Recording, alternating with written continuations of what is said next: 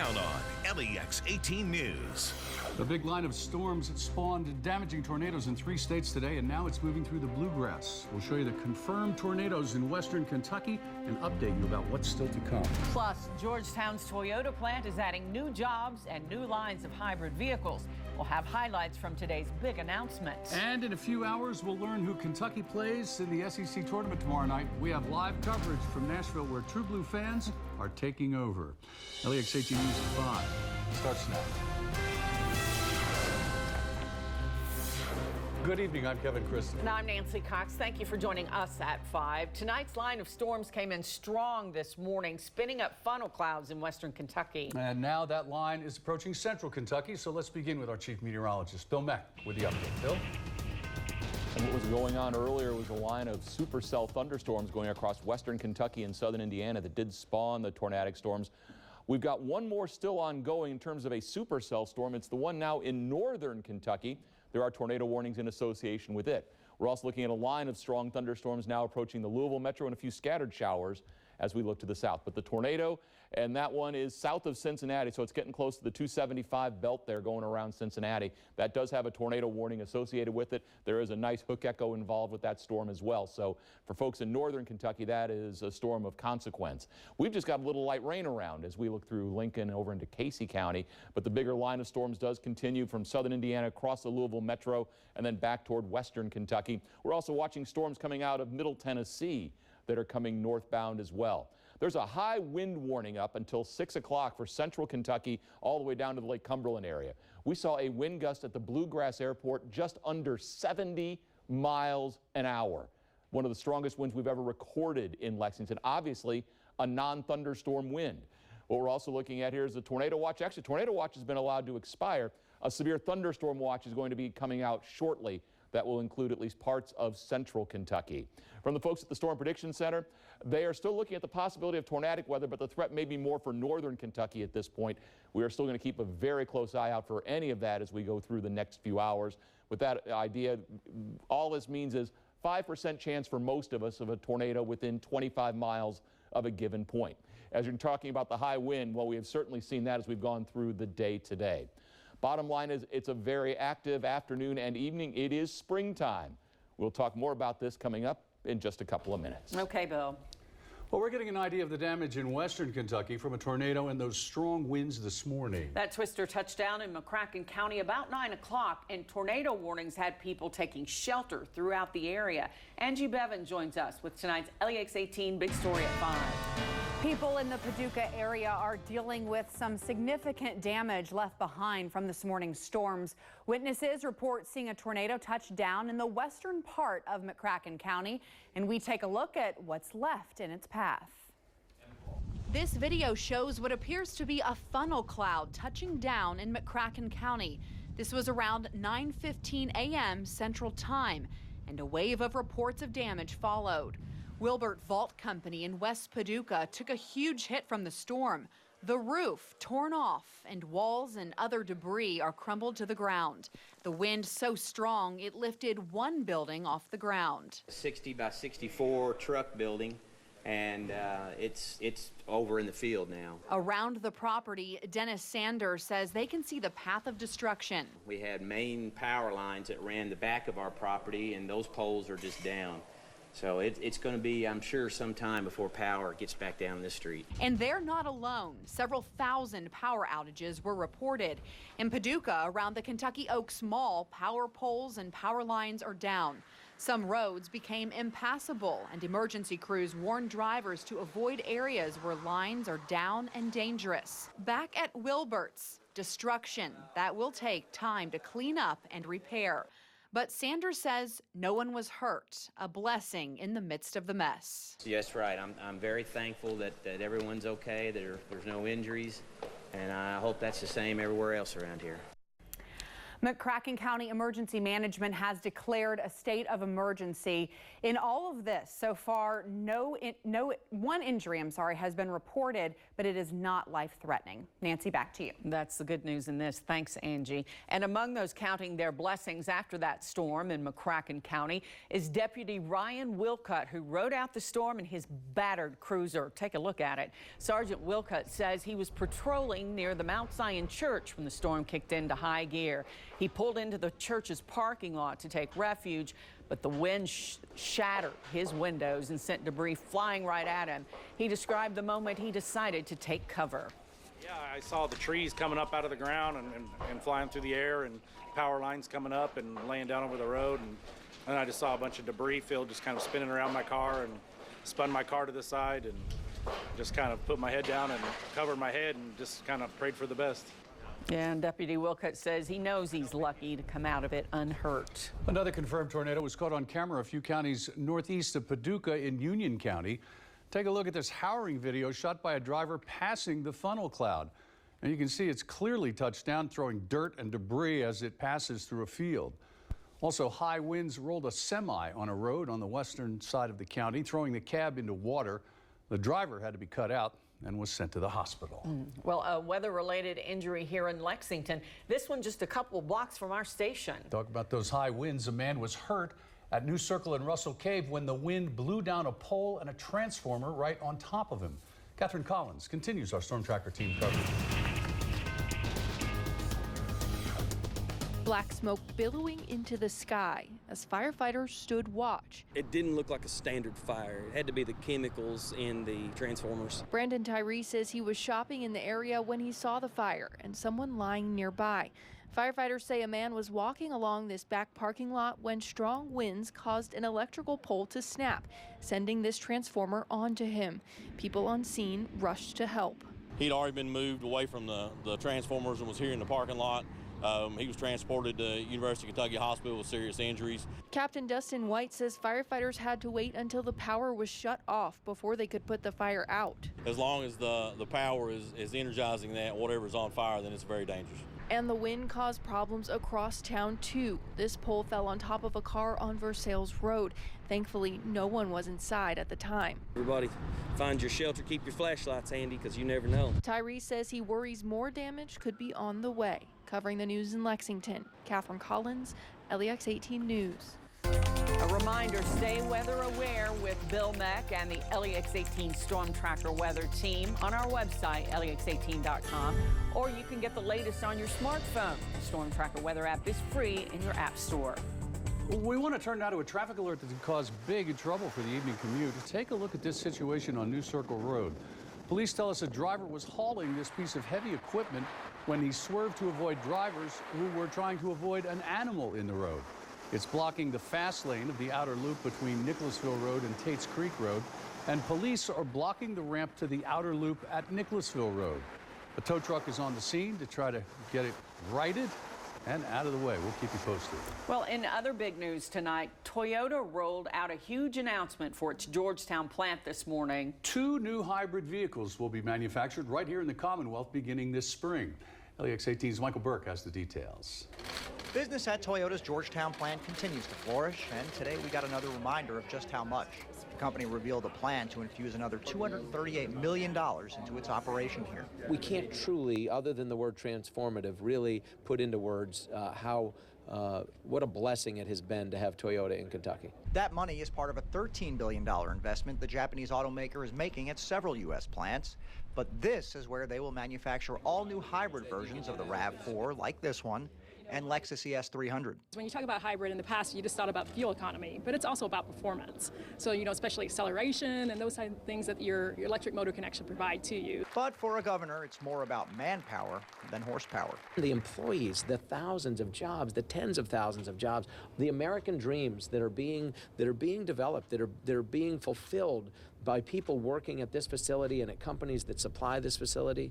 It's the greatness of America. Today's announcement won't be adding many new jobs in Scott County. And that's because this plant is already equipped to tackle the added load. The trust is here, the confidence that we're going to get this right. They don't have much time to get it right. Production begins within months. Covering the news in Scott County, Michael Burke, LEX 18 News. Coming up, True Blue fans will want to stay tuned. LEX 18 is in True Blue Nashville for the SEC tournament. We'll have a live update from our crews as they count down to the Wildcats tip-off Friday night. That's coming up in just a few minutes on LEX 18 News at 5. And at 5:30, we'll have continuing coverage of the string of tornadoes across western Kentucky.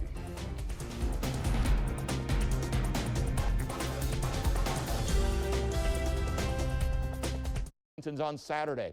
St. Patrick's Day Parade is 1 o'clock Saturday afternoon. We'll be in the mid-40s, looks dry, upper 40s St. Patrick's Day itself, and dry. Main thing is going to be dry. Dry. We'll keep tabs on things tonight. That's what we'll be doing. Yep. All right. Thanks, Bill. Yep. Officials at the Red River Gorge want you to get out and enjoy the beautiful scenery there as the weather improves. Indeed, but they also have several warnings for hikers. We'll show you what to look out for if you hit the trails coming up on LEX 18 News at 5:30. We'll be live from the SEC tournament in Nashville after the break. Welcome back. We're a little more than 24 hours from the Wildcats tipping off in the SEC tournament. As usual, there's a lot on the line, including a possible #1 seed in the NCAA tournament. So plenty of True Blue fans are in Music City to support the Cats. Keith Farmer and Eli Game begin our True Blue Nashville coverage. Yeah, welcome into True Blue Nashville. We're back in Nashville after a one-year stop in St. Louis. I think True Blue fans are very excited about that. They love coming down here to Nashville, and right now they're ready to see their team win a 32nd SEC tournament title. 32 SEC titles if they get that done this weekend. Out of all the other SEC schools, only 27 combined between all of them. That's younger than I am. And that's way younger than you are. Yeah, right? Yeah, by a little bit. So obviously Kentucky always favored coming into these tournaments. So, and of course I think even favored again heading into this one, even as a 2 seed. But we still don't even know who they're playing yet. We're going to be finding that out tonight when Alabama takes on Ole Miss. Yeah, and then once we find that out, it's going to leave only one other question, and that is, will Reed Travis play? Of course, the UK forward got injured on February 19th in that game that was played at Missouri. He sprained his knee. He was supposed to be out for up to 2 weeks. Well, that time is now up, and he has officially started getting into some workout routine with the Wildcats leading into this SEC tournament. I think he's going to fit right back in. You know, he was injured, but he's still, you know, getting workouts and stuff like that. So I think he'll fit right in, you know, as he was earlier in the season, and we're excited to eventually have him back. What kind of things do you do in practice? Yeah, just you know, running up and down, you know, layup drills and stuff like that. So just, you know, he was just getting his reps in. It was a good workout though. Now, when Coach Cal talked earlier this week, don't expect Travis to play like an entire game or anything like that. You got to work him back into it. Expect maybe 5 to 7 minute spurts, but seeing him back on the floor, especially hopefully if they keep advancing, get him a few more games to knock some of that rust off before the tournament starts next week. Yeah, I think that's the big thing, is that he really hasn't done a lot of cardio, so he's got to really build up his endurance back to where he was. You know, some people that are all about cardio and endurance right now, Lee and Haley, they're also here. They're over at 10 Roof. They've been enjoying the fans and everything else. Guys, how's it going over there? Well, cardio, well, if anybody knows anything about cardio, he's right. He is right. It's us, because we're winded just coming up this one flight of stairs. Yeah, they put us on the rooftop here, and we're just not at that fitness level yet, but we're hoping to get there. Yeah. But, man, we've got the best job ever to get to come down here to Nashville for the SEC tournament. It's hard to forget, or hard to remember, that we're supposed to be down here to work instead of just hang out with all the UK fans, because the atmosphere is just so much fun, so electric, and there's so many UK fans here already, and UK doesn't even play today. But before I forget, though, you know, you're talking about cardio and Reed Travis. Yeah. We talked to the guy who's in charge of Reed Travis and cardio. We're going to feature that for you when we talk to Rob, who's the physical strength and conditioning coach for UK basketball, the men's program, tomorrow on the Live with Lee and Haley shows we broadcast live at 12:30. Yeah, so we've had so much fun already just chatting with different UK fans that are down here, telling us why they chose to come this year, if it was their first time, if they come every year, and also just some interesting things certain UK fans call their own, things that they do to personally, they say, help the team do better. Yeah, because we all have superstitions. Yes. I mean, for crying out loud, even Coach Cal has certain things that he's admitted to having peculiar habits when it comes to pregame rituals. But Joanne from Lexington has taken it up another notch. My thing is I don't look at my phone. I don't eat anything. I can only have water. And, you know, and then we usually do okay if I can't go to the bathroom. That's all part. And if you don't do those things, then they find a way to win. Yes. So the entire Big Blue Nation is dependent upon your bathroom habits. Exactly. Her fellow there is supposed to keep an eye on her and make sure she does what is required for us to win. Yeah, because if we don't win, girl, we're coming for you. Joanne, it's on you. It's on you. But anyway, we're having so much fun, and there's lots more fun to be had. It's just going to keep getting more and more exciting as time gets closer and closer to the game. But that's going to do it for now in True Blue Nashville. Nancy and Kevin, if you guys make the drive down now after the show, you can make it before dinner time, and we will save you guys a John Wall shot that they're serving everywhere right now. Back to you guys. Just save me a hamburger, and I'll just drink only water.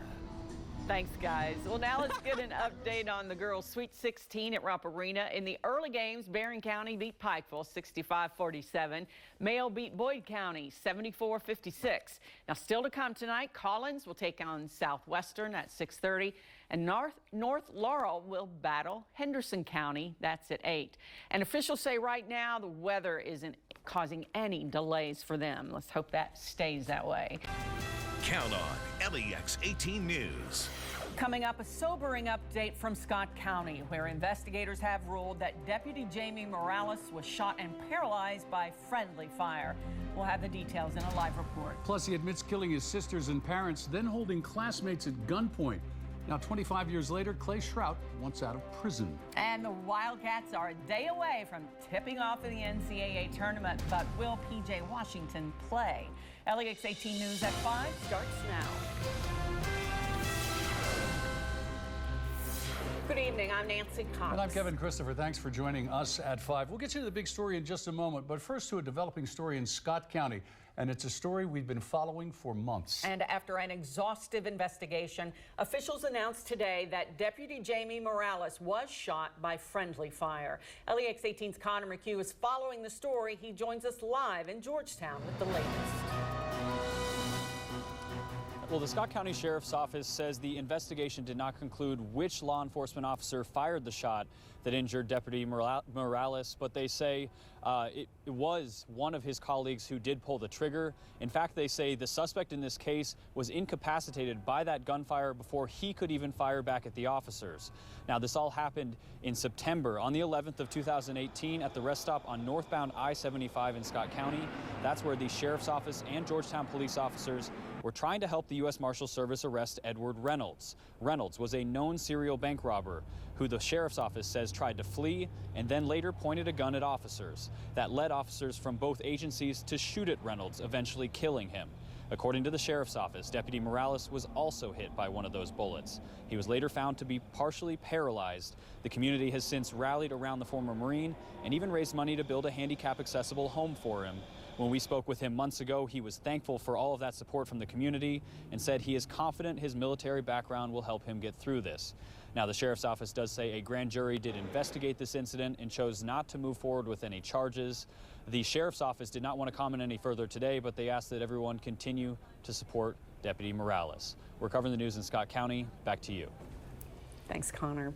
For the first time, we're hearing why a Boone County man says he murdered his parents and 2 sisters and held a class hostage 25 years ago. Clay Shrout is eligible for parole, and his case will move on to the full parole board for a review after a hearing today. Kylan Mills has more in the LEX 18 Big Story at 5. In about an hour-long parole hearing, Clay Shrout talked about the crimes he committed, killing his parents and 2 sisters and holding a classroom hostage. He also brought up a new point, saying that his mom abused him when he was a child. In the early morning hours in May of 1994, Shrout admits to shooting his entire family dead inside of their home in Florence, Kentucky. He then went to Ryle High School and held a class hostage before handing over his gun to a vice principal. He was sentenced to 25 years to life in prison. This morning at a parole hearing, when asked what led to the murder, Shrout claimed for the first time formally that his mother sexually abused him. He also says he had a drug drug problem. Shroud answered questions about the brutal killings matter-of-factly until about 45 minutes into that hearing. I don't think I deserve to be alive. Okay, I don't mean that in a weird suicidal way or whatever.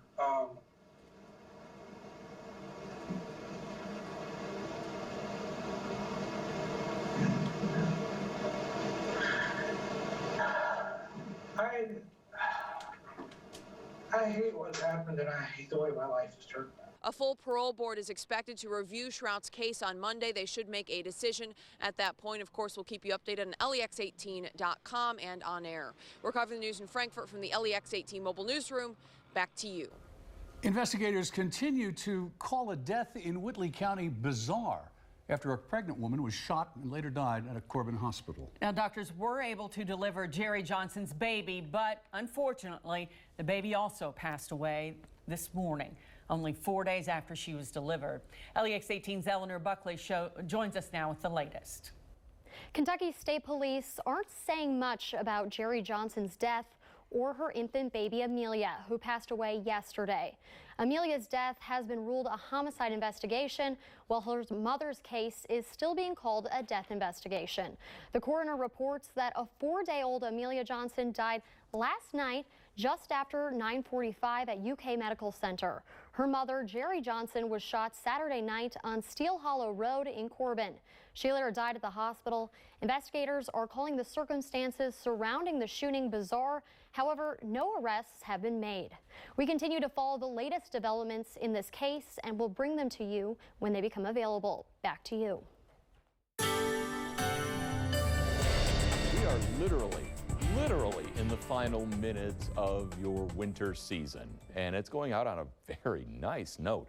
It's gotten mild this afternoon. Now, we've had high clouds coming through most of the day today, but all in all, it's been pretty good. We're talking temperatures that have been getting up in the 60s. Oh, does that feel nice? 60 right now in Lexington and Frankfurt, 61 Richmond and London, as warm as 63 in Williamsburg there in Whitley County. Jackson's at 61. Max Track Live Doppler, we've been looking at a little rain in Ohio, Indiana, but nothing coming our way just yet. But that changes. Here's the future track from 7 o'clock. Your rain still in Indiana. We continue through the evening. As we do so, by midnight, it's raining in Louisville. Not quite here just yet. But in the hours after midnight and before dawn, here comes your rain. It's with us then through the pre-dawn hours as we get your day started tomorrow, as we are fully in spring. Then scattered showers will linger as we continue into the early part of the afternoon hours tomorrow before that finally gets on out of here and brings some cooler weather just in time for spring. And we'll talk about that in just a minute. Yay, thank you, Bill. Lexington police have recovered more than $1,400 in quarters stolen from a gas station pumps and charged 5 people with the arrests. Officers say they caught Joseph Michael Estep red-handed taking money from a machine at the Elkhorn Drive Speedway. He and his girlfriend, Melissa Lear, were busted when officers pulled them over and allegedly found hundreds of dollars of quarters in their truck. They say 3 acquaintances, Wesley Jackson, Stephen Pelfrey, and Nathan Pelfrey, committed similar crimes. Nathan Pelfrey has not been arrested yet. A judge has dismissed an NCAA referee's lawsuit against Kentucky Sports Radio's Matt Jones and Drew Franklin. John Higgins claimed the fallout started after Jones and Franklin criticized his calls during UK's loss to North Carolina in the 2017 Elite Eight. He argued the two encouraged UK fans to hit him with death threats and bad reviews on his company's Facebook page. But a judge decided that Jones and Franklin's comments were protected speech under the First Amendment. And welcome back. Here we are just about 10 minutes after 7 this evening. It's been a busy night. Let's go ahead and begin with an update on the race for Attorney General. We're looking at the statewide results so far. And as you can see, Democrat Greg Stumbo has 46% of the vote here statewide, and Daniel Cameron with 54% right now. This is 20% of the precincts reporting. And again, this is looking at the statewide results. Now let's get a fresh look at the totals in the race for governor tonight. This, again, the statewide results that are coming in so far. We've got just 20% of the precincts reporting on the governor's race across the state. Andy Beshear with 53% of the vote so far, and Matt Bevin with 45%. And now let's check in with LEX 18 political reporter Carolina Buchek. She is live at their election night headquarters for the Republicans in Louisville with an update. Yes, so as those results start coming in, we're starting to hear cheers from this crowd here at the Bevin camp. And over the last hour or so, a lot of supporters have filed. And let me show you over here. You can see a lot of people here enjoying their time, just mingling, having a good time. And that is what they were hoping for tonight. Of course, they are hoping for a party at the end of the night. They're hoping this is going to be a happy event. Ultimately, that's up to the voters, of course, but Governor Bevin said that he was confident going into tonight. He said he was feeling good. Of course, part of that likely has to do with the president's visit yesterday, where he really talked the governor up to a pretty full crowd at Rupp Arena. We'll be here monitoring this crowd, seeing what's going on. Stay with us. Back to you. All right, Carolina, thanks. Now let's go across Louisville to the Democrat tickets election night headquarters. LEX 18's Lee Searcy gives us an update on Andy Beshear's camp tonight. Hi, Lee. Well, hi, Angie. I can tell you that Andy Beshear has not made an appearance here, but he is still at home watching the returns with his family. You can see, just look around me, a lot of his supporters are here, and they are in a very festive mood. They're planning on a party tonight. They're counting on a win. Supporters here think that Beshear has what it takes to be governor. They think that he has the temperament. And speaking of temperament, House Floor Leader Rocky Atkins just arrived and told us that he is hearing turnout is higher than expected. He believes that people in this election will be sending a strong message that they want civility back in the governor's office. He says that Andy Beshear will be someone, a governor who will build relationships and not tear them down. So we'll have to wait and see how it all shakes out. But this crowd is pumped and ready to go, and we'll have to wait and see what happens. Back to you in the studio. All right, Lee, thanks so much. Now let's check in on another big race here in the state of Kentucky. Republican Daniel Cameron and Democrat Greg Stumbo are vying to become the next Attorney General. LEX 18's Conroy DeLuce continues our Decision 2019 team coverage from the GOP's camp at the Galt House Hotel. Yeah, that's right. And as we were following the race on LEX18news.com, Stumbo was leading early, but now Cameron has taken the lead 54-46. In Fayette County, that margin was much in Stumbo's favor. Now, Cameron is a young attorney from Louisville who is chasing history. He's running to be the first independently elected minority to hold a statewide office, and also the first GOP AG elected since World War II. So certainly a lot of history there. And he was endorsed by President Donald Trump and the Kentucky Fraternal Order of Police. He says he is particularly proud of the FOP endorsement because that says that shows his dedication to making this the chief law enforcement office in the state of Kentucky. He says that he has the experience needed from his time in Washington, D.C. with Senator Mitch McConnell and also across the state of Kentucky to do this job. In the next few hours, we will find out. Let's send it back to you now in the studio.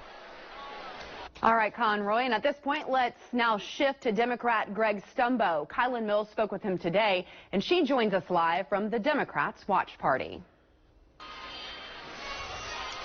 Good evening, Angie. The party is now in full swing here at the Democratic headquarters in Louisville. You can see some supporters are gathering here behind me, next to the stage. They are hoping that Greg Stumbo will take the stage victorious tonight. But with the numbers we're seeing so far, it looks like it is going to be very close in this race. He told us earlier today that he was feeling confident heading into tonight, though, that his experience would carry him to a win in this election. Now, that experience includes a term as Kentucky's Attorney General and decades serving in the Kentucky House of Representatives. Stumbo did tell me this has been one of the more contentious races he's been a part of in his long career. He said today it comes down to who can get their voters to the polls. And that's why he spent every moment before heading to Louisville calling his supporters and encouraging them to get out the vote. Shortly, we'll see if that did work. Right now, it looks like Cameron is holding a small edge with just over 16% reporting, but we'll keep you updated on the latest numbers from here in Louisville. For now, we'll send it back to you. Now, again, we saw the Kenton County numbers coming in, and we saw how, as predicted, they went strong for Andy Beshear, but yet this vote total is closing about 14,000 if my lack of math skills will hold up for me here tonight. Where's that evening up coming from, if you were to predict, Stephen? It's hard to track exactly which precincts we have. The one thing we know is that Louisville's mostly missing from these numbers. Right. So even though it looks almost like a dead heat, so far this is much worse news for Governor Bevin than it's looking like. Western Kentucky, though, still to come in. Polls have only been closed a half hour. That has in the past been very strong for Governor Bevin, but that area, that's the home place, if you will, for the Beshear family. So can he rally that vote in an area that's been very Republican over the last decade or so?